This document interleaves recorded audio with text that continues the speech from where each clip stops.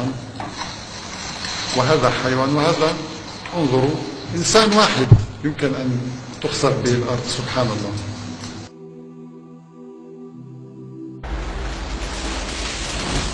لذلك قال النبي عليه الصلاة والسلام: سيكون في آخر الزمان خسف وقذف ومسخ. سبحان الله. ورأينا كذلك أن النبي محمدا صلى الله عليه وسلم أخبر البشرية بهذه الأحداث قبل وقوعها ب14 قرنا. عن سهل بن سعد أن رسول الله صلى الله عليه وسلم قال: سيكون في آخر الزمان خسف وقذف ومسخ.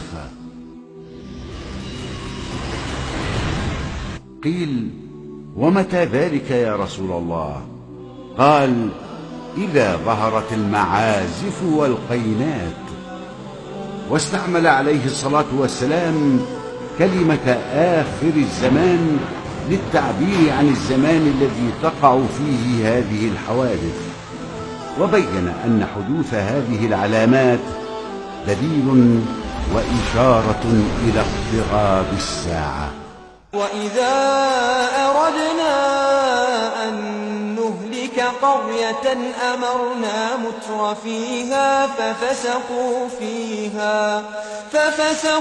فيها فحق عليها القول فدمرناها تدميرا.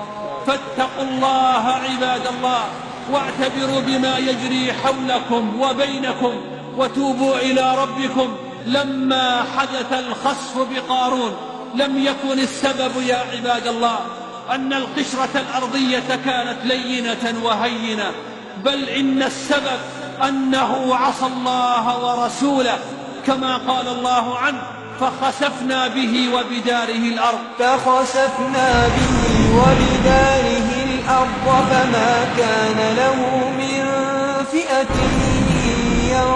ينصرونه من دون الله وما كان من المنتصرين.